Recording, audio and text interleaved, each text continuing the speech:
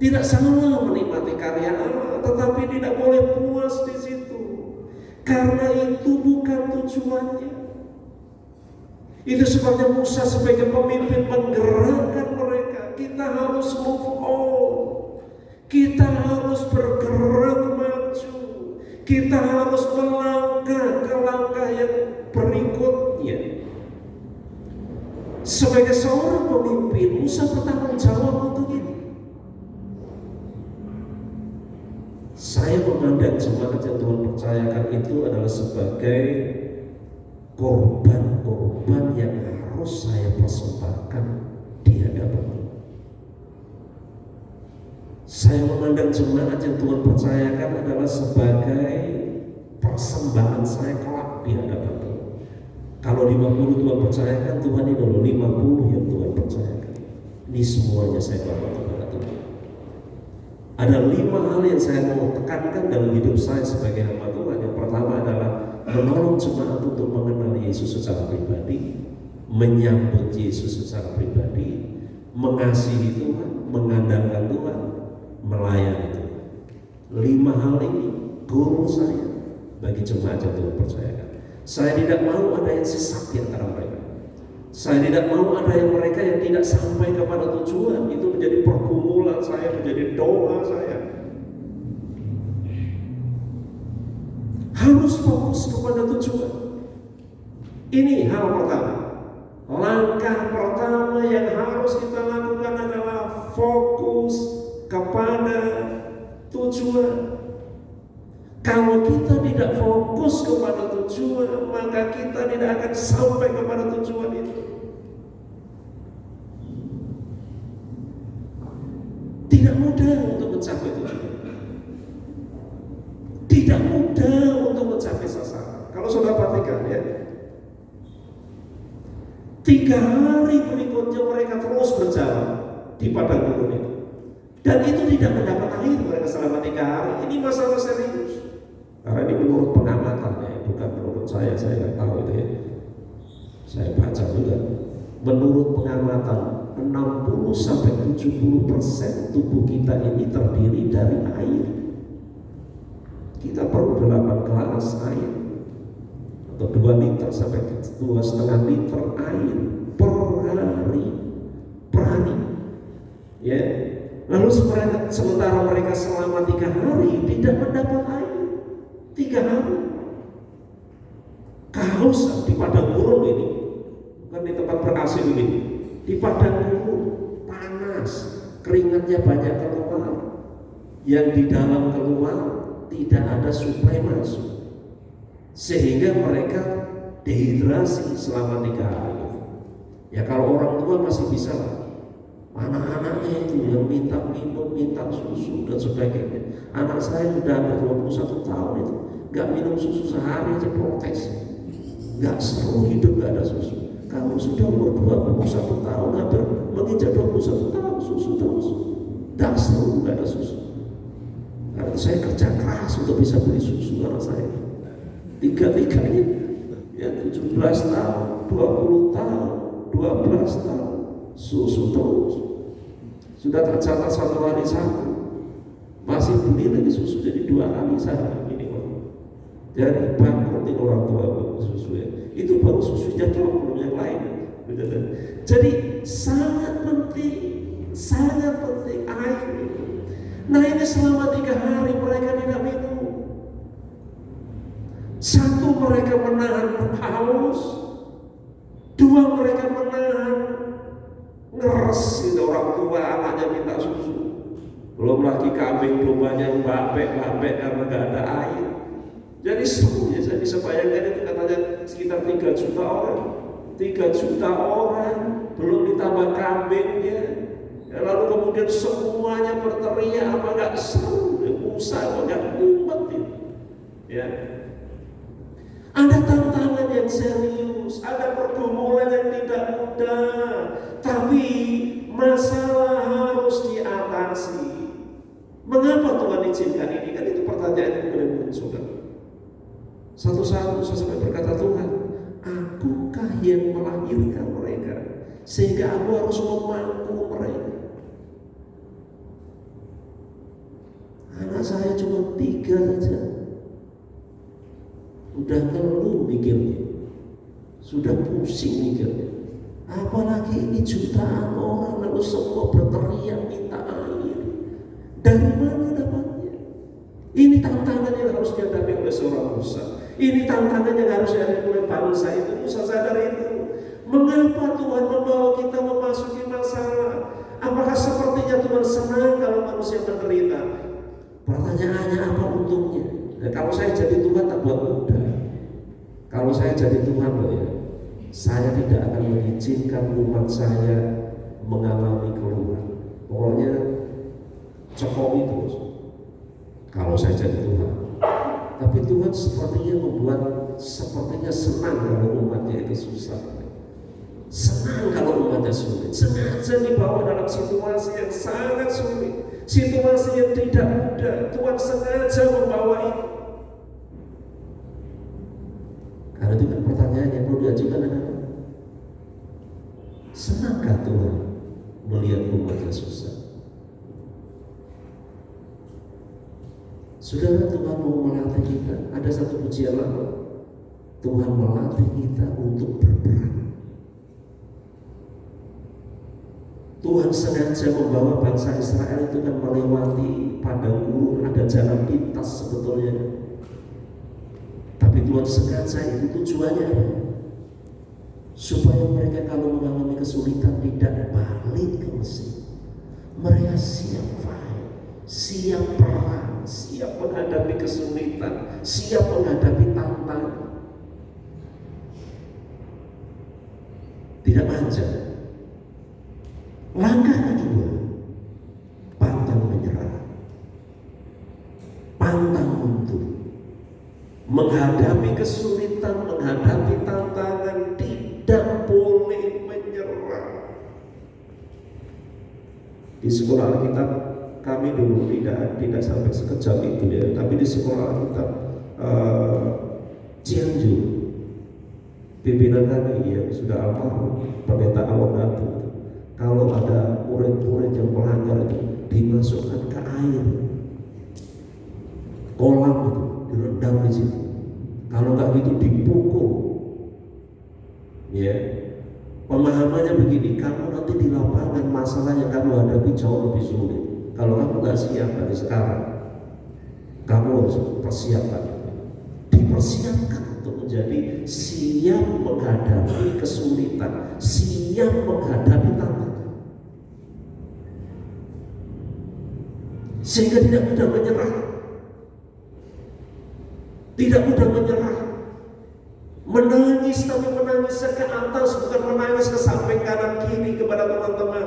Nangis kepada teman-teman. Nangisnya ke atas. Saya kemarin menyampaikan kebenaran. Saya sok pintar juga itu pakai bahasa Ibrani, walaupun saya tidak tahu bahasa Ibrani. Tapi saya ditolong dengan aplikasi bahasa Ibrani kan. Ya. Ketika Hana harus menghadapi kesulitan besar dalam hidupnya, maka Hana mencurahkan isi hatinya di hadapan Tuhan. Kata mencurahkan ini dipakai istilah sak, mengeluarkan semua yang ada unek-uneknya, semua kemarahannya, semua kekecewaannya kepada suami yang menikah lagi, kepada Penina yang terus menyakiti hatinya, kekecewaannya, kemarahannya dicurahkan di hadapan Tuhan. Hanya Hana ini kalau sekarang tipe pendeta Protestan, sehingga dia tidak keluar mulutnya itu hanya komat kawin. Ya, kalau sekarang tipenya Protestan, ya, komat kawin. Tapi dia mencurahkan semuanya. Saudara, dalam kita melayani Tuhan ada banyak tantangan. SPP belum terbayar. Ada kesulitan ini, kesulitan itu. It's okay. Tapi kita tidak boleh mundur. Ada yang mau menyerah sekarang. Ada yang SPP-nya sudah 6 bulan tidak dibayar. Saya mahasiswa ini sudah 6 bulan maka dibayar. Serius kan? Kalau suruh juara pulsa itu Bertiani, yang mana Bertiani? Enggak kasih waktu, kamu juara pulsa. Datangi itu dosen-dosen, Pak tolong beli pulsa saya untuk bayar SPP, pasti dikasih lebih. Tak tahu kamu lakukan atau enggak itu? Ya, datangin Pak, tolong Pak beli pulsanya ke saya Pak. Tolong Pak, saya ini perlu bayar SPP. Tunjukkan bahwa kamu serius dengan kuliah ini, berusaha. Pasti kalau beli pulsa 10.000 harganya 12.000 dikasih 14.000 pasti. Tidak mungkin tidak, apalagi model-modelnya kasihan itu. Ya tipe orang penuh belas kasihan. Ya, tipe kasihan itu tipe orang penuh belas kasihan. Mana artinya? Mulai sekarang jual kasihan ya. Jadi pasti dikasih lebih. Ya. Tunjukkan kesungguhan kita, jangan pantang, jangan mudah menyerah. Ya, masalah harus dihadapi, bukan untuk dihindari. Jangan menyerah dengan masalah, jangan menghindari masalah, tapi hadapi masalah. Fight. Saya mau menikah itu susah sekali, nggak punya uang, modal 1 rupiah pun nggak punya. Caranya bagaimana? Saya komitmen Tuhan mulai hari ini bulan Januari tahun 2002 saya puasa. Kalau perlu sampai bulan Juli rencana menikah. Ngirit ya, kalau Tuhan nggak kasih, nggak berbelas kasihan, tujuannya ngirit. Hari pertama kan itu hanya mie 1 biji, kala itu 250 harganya, plus sayur hijau karena nggak punya kulkas 500 rupiah waktu itu harganya, tak bagi 2, hari ini sama besok, layu besok tapi masih bisa makan. Jadi saya hitung mie 250, sayur 250, nggak sampai 1.000 saya sebenarnya. Sementara kalau saya belanja satu kali makan 7.000 kali 3 21.000. Hari pertama saya bersyukur ngirit 20.000. Kalau sampai bulan Juli cukuplah untuk menikah. Tapi Tuhan tidak rela. Jangan terlalu begitulah hambamu, kasihan. Ya. Akhirnya hanya sekitar 5 hari dan Tuhan kirim seseorang untuk mendukung kami, dan itu berlaku sampai hari ini. 21 tahun orang mendukung, paman tidak, keluarga tidak, jauh di sana, tapi sampai hari ini masih mendukung. Itu lahir dari doa puasa. Jadi kalau kepepet doa puasa ya jangan malah angkat koper. Udah kepepet angkat koper. Doa puasa, paksa Tuhan membuka pintu surga bagi kita. Amin. Amin. Amin. Sudah menyiapkan koper belum? Ya sudah siap-siap kopernya ini, pantang menyerah. Amin.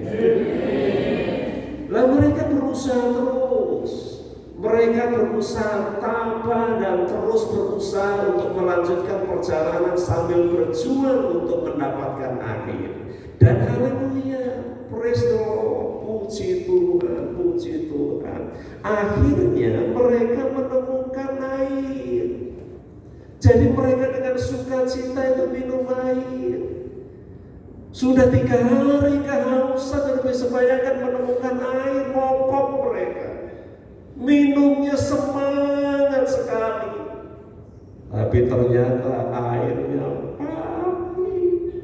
pahit. Ya, pahit. Karena itu sukacita sebentar lagi berubah menjadi kekecewaan yang mendalam. Sudah senang-senang dapat air, 3 hari gak minum air, puji Tuhan dapat air.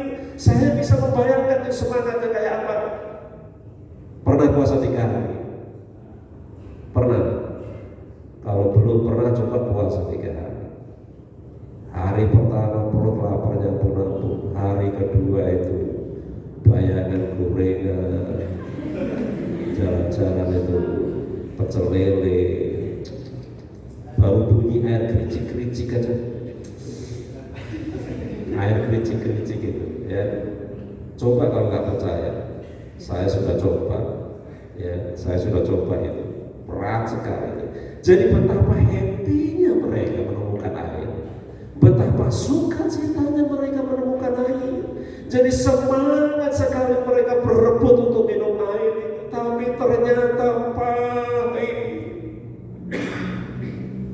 Itu sebabnya sukacitanya tadi berubah menjadi kekecewaan yang mendalam, pahit. Ya. Hal ini membuat mereka mengeluh. Pertanyaannya, boleh tidak kita mengeluh? Boleh tidak? Boleh. Manusiawi tidak mengeluh? Manusiawi tidak? Manusiawi, sangat manusiawi. Pernah ngeluh atau tidak? Pernah atau sering? Nah, lebih banyak mengeluh atau lebih banyak bersyukur?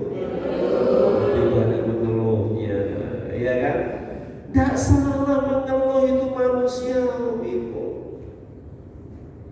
Mengeluh itu manusiawi, Pak. Semua orang juga mengeluh, semua orang. Ya oke, sampai di sini oke. Tapi coba kita renungkan pertanyaannya. Yang pertama, keluhan tidak menyelesaikan masalah. Jangankan menyelesaikan, meringankan saja tidak. Betul nggak? Betul atau salah? Yo, sebaliknya justru mengeluh itu melemahkan daya tahan tubuh kita terhadap masalah. Setuju atau tidak setuju?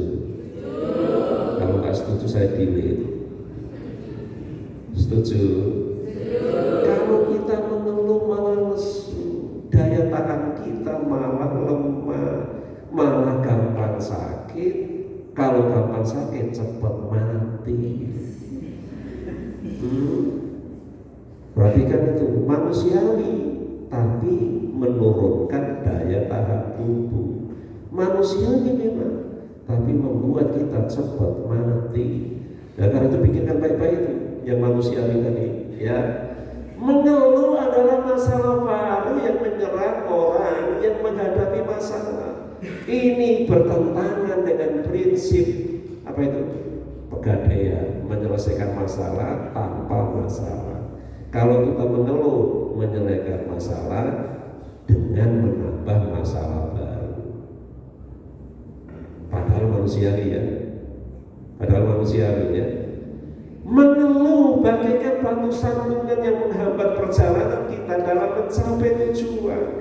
Salah satu mental padang gurun yang Tuhan mau kikis dari bangsa Israel adalah ketika mereka menghadapi masalah mengeluh. Ini salah satu mental yang Tuhan mau kikis, karena memang selama 400 tahun mereka diperbudak, mereka sudah terbiasa mengeluh, itu kerak mengeluh, itu sudah begitu berat untuk dihapus. Pakai polstek juga nggak bisa, keras sekali, sulit sekali selama 400 tahun. Bagaimana nggak mengeluh? Sudah kerja baik-baik masih ditendang, nggak dikasih vitamin, nggak dikasih makanan yang enak, kerjanya berat, salah sedikit ditendang, salah sedikit ditendang. Itu mental yang sudah begitu mengerak.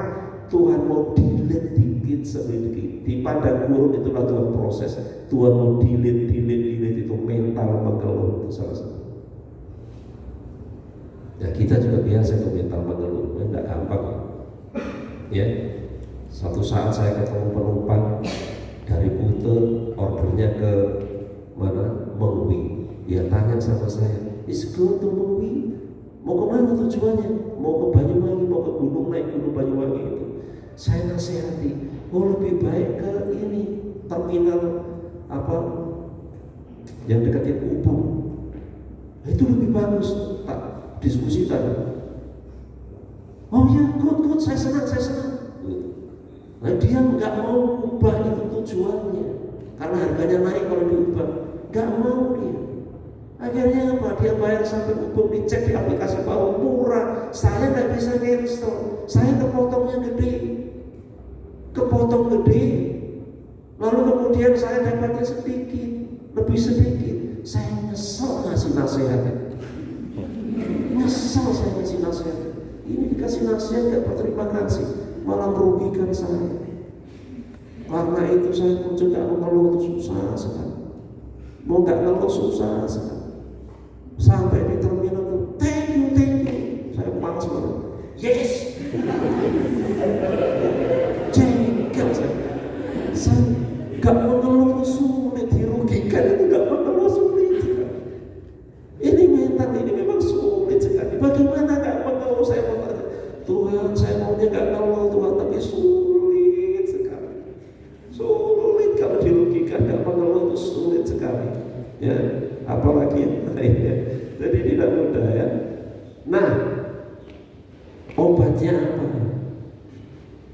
gitu kan. Selain mengeluh tadi membuat masalah, kalau begitu obatnya apa kalau kita menghadapi masalah ini? Musa berdoa kepada Allah dengan sungguh-sungguh. Dipakai istilah Musa berseru-seru kepada Tuhan. Ini Partai Kosta ini, GPDI. Jadi Musa itu pendeta GPDI. Berseru-seru. Kalau Hana tadi pendeta Protestan, komat kami pun.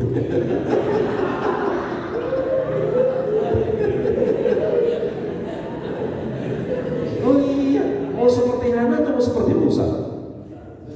Masuk GPDI, masuk GPDI.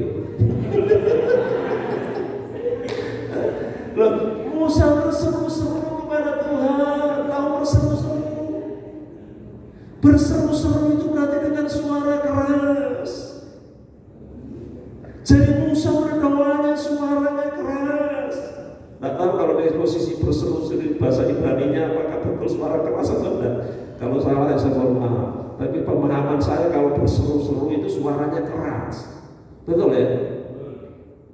Ya itu berarti kamu seru dengan saya ya. Nanti kalau kita salah kita minta maaf ya. Berseru-seru dan akhirnya Tuhan menunjukkan kepadanya sepotong kayu. Musa melemparkan kayu itu ke dalam air, lalu air itu menjadi manis. Puji Tuhan, haleluya, praise the Lord. Apa lagi ya? Ternyata berdoa kepada Tuhan dengan sungguh-sungguh adalah jawabannya, bukan keluhan. Doa mengubah air yang pahit menjadi manis. Doa mengatasi masalah kita. Doa mengubah segalanya. Amin. Jadi langkah ketiga kalau kita mau mewujudkan tujuan kita adalah berdoa dengan sungguh-sungguh. Berseru-seru. Maka kita bisa puji Tuhan, praise the Lord. Seger kita, happy kita kalau berseru-seru kepada Tuhan. Hana berdoa dengan sungguh-sungguh. Hana yang awalnya gak bisa makan, sekarang bisa makan. Selesai berdoa dengan sungguh-sungguh, Hana bisa makan. Mukanya berseri-seri lagi, gak kayak timun tua. Muka saya ini kayak timun tua, susah sekali diubah ya. Dari mana kita belajar berdoa sungguh-sungguh. Jadi kesimpulannya kan harus ada kesimpulan ini ya. Berjuang mencapai tujuan itu meliputi 3 hal, tiga langkah. Yang pertama fokus kepada tujuan, pantang menyerah, berdoa dengan selamat mencoba dan alami kuasanya. Tuhan berkati kita semuanya. Kita